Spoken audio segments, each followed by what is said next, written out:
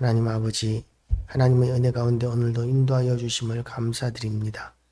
오늘도 우리가 하나님 앞에 나왔사오니 오늘도 우리에게 임재하여 주시옵시고 은혜 더하여 주시옵시고 하나님의 영광으로 우리를 덮으셔서 오늘도 우리가 우리의 삶을 승리하게 하여 주시고 우리의 삶이 존귀하게 하고 영광스럽게 하시고 또한 어디를 가서든지 누구에게든지 우리의 말이 땅에 떨어지지 아니하며 그들에게 우리가 하나님을 보여주며 영광을 드러내는 그런 귀한 날 되게 하여 주시길 원합니다.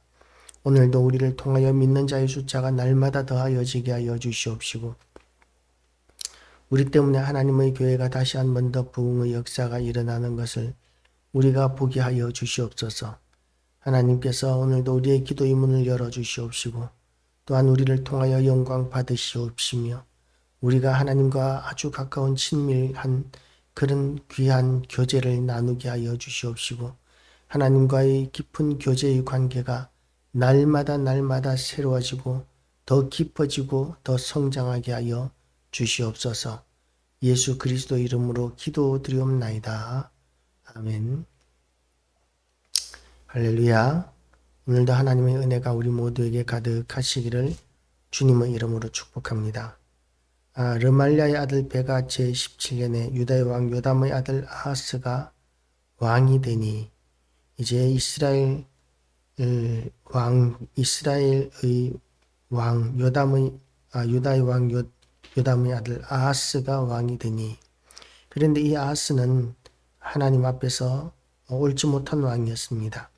아하스가 왕이 될 때 나이가 20세라.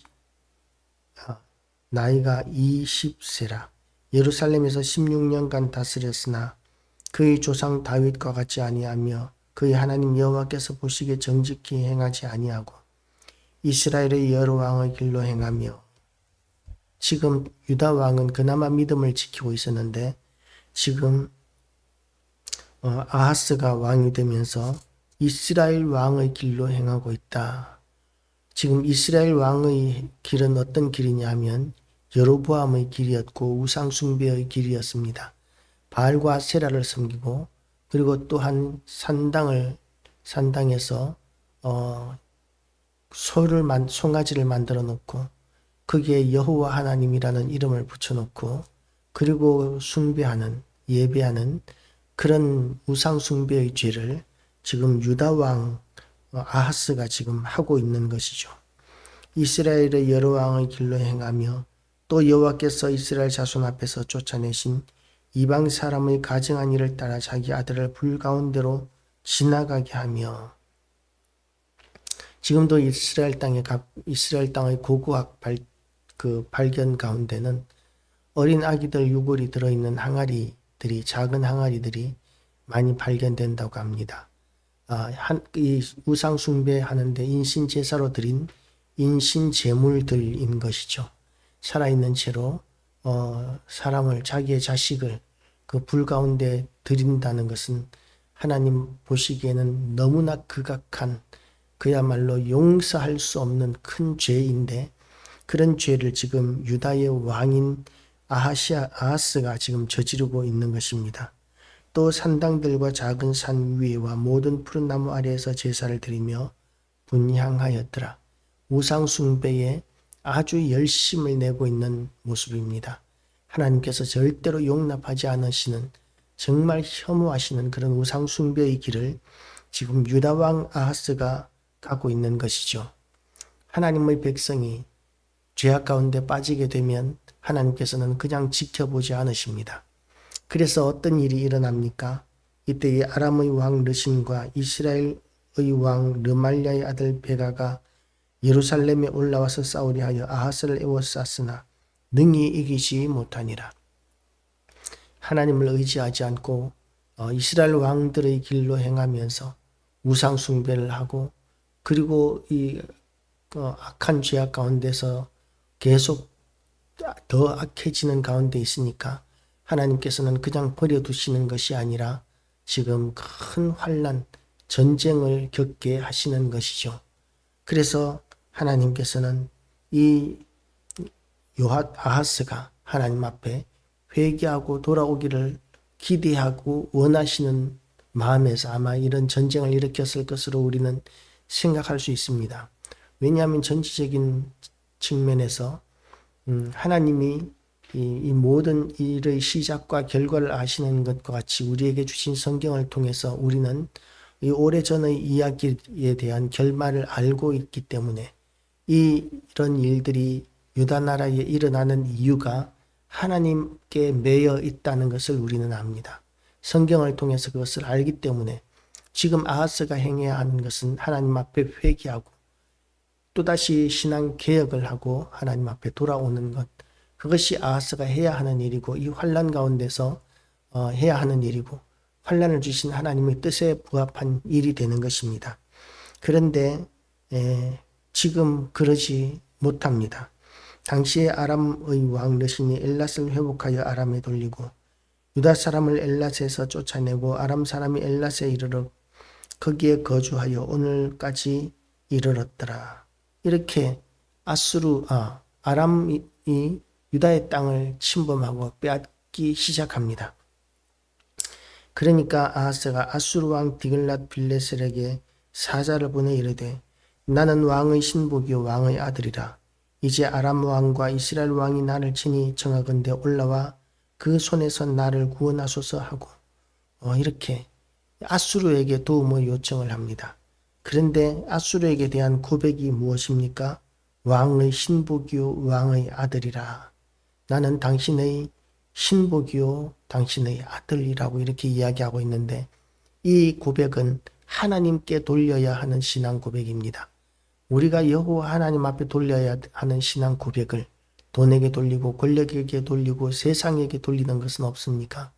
지금 아하스는 하나님 앞에 돌려야 하는 신앙 고백, 헌신을 지금 아수르 왕 디글랏 빌레셀에게 지금 돌리고 있는 것입니다. 점점 더 악해져 갑니다. 환경이 좋을 때도 악해지더니 환경이 나빠지니까 점점 더 악한 길로 나아가고 있는 것이 지금 이 유다 왕 아하스의 선택인 것이죠. 우리는 어떤 선택을 하고 있습니까? 환경이 좋을 때의 우리의 선택은 어떠하며 환경이 나쁠 때의 우리의 선택은 어떠합니까? 환경이 좋거나 나쁘거나 우리가 궁핍하거나 부유하거나 모든 상황에서 우리는 하나님을 바라보아야 합니다. 하나님을 의지해야 합니다. 그리고 하나님의 인도하심을 따라 우리가 이렇게 하나님의 인도하심이라면 아수르 왕에게 사신을 보내서 도움을 요청할 수도 있습니다. 그러나 하나님의 뜻이 아닌데도 불구하고 자기 생각이 먼저 앞서서 아수르 왕에게 사신을 보내고 아부를 하고 신앙 고백을 하나님께 돌려야 할 신앙 고백을 아수르 왕에게 하고 그렇게 하면서 자기가 살아날 길을 도모하는 것, 이것은 하나님께서 이런 환난을 내리셨다는 것을 인정하지 않고 또한 하나님께서 이 환난에서 건져 주실 수 있다는 하나님이 전능하신 하나님이시라는 사실을 믿지 않는 태도에서 나오는 것입니다. 그래서 우리의 신앙이 이런 환경 가운데 있을 때 모든 환경 가운데서 우리의 선택이 어떠한지를 우리는 날마다 돌아보아야 합니다. 그리고 날마다 하나님 앞에 돌아가야 합니다. 아하스가 이렇게 아수르 왕에게 아부를 하면서 또 뭘 하고 있느냐 하면 아하스가 여호와의 성전과 왕궁 곳간에 있는 은금을 내어다가 아수르 왕에게 예물로 보냈더니 하나님 앞에 백성들이 드렸던 예물들을 그것들을 전부 다 모아가지고 이 아수르 왕에게 보냅니다.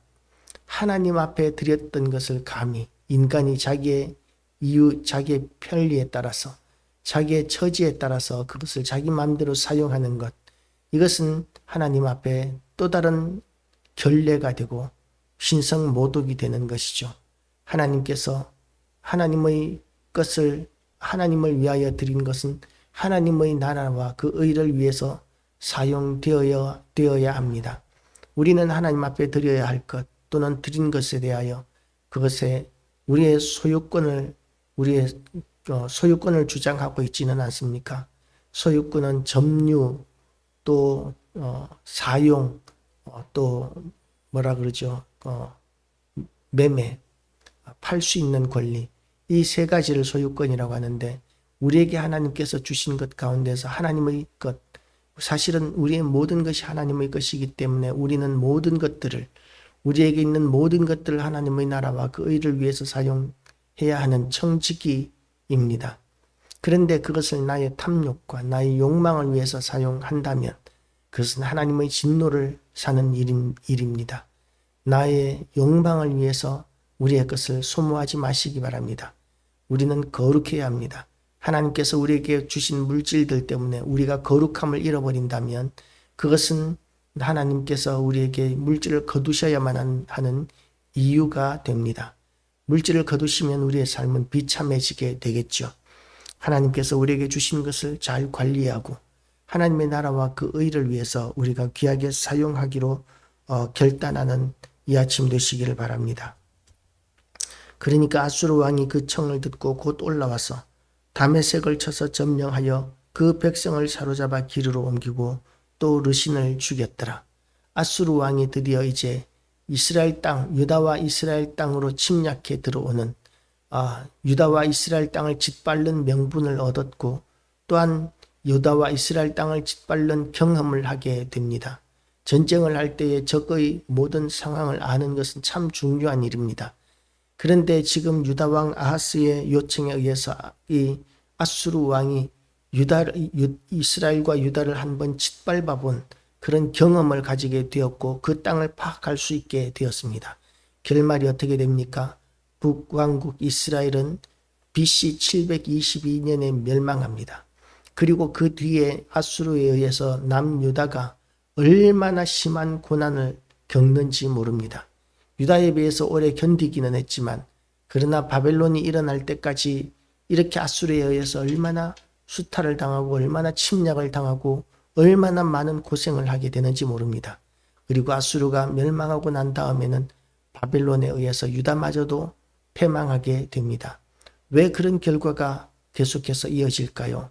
점점 더 악해지고 하나님을 떠나고 우상 숭배를 선택하고 죄악 가운데 빠져들어가게 될 때에 하나님께서는 끝까지 참으시는 것이 아니라 하나님의 진노의 때가 찼을 때에 죄악이 가득 찼을 때에 하나님께서는 그 죄악으로 말미암아 하나님의 심판을 하시는 것입니다.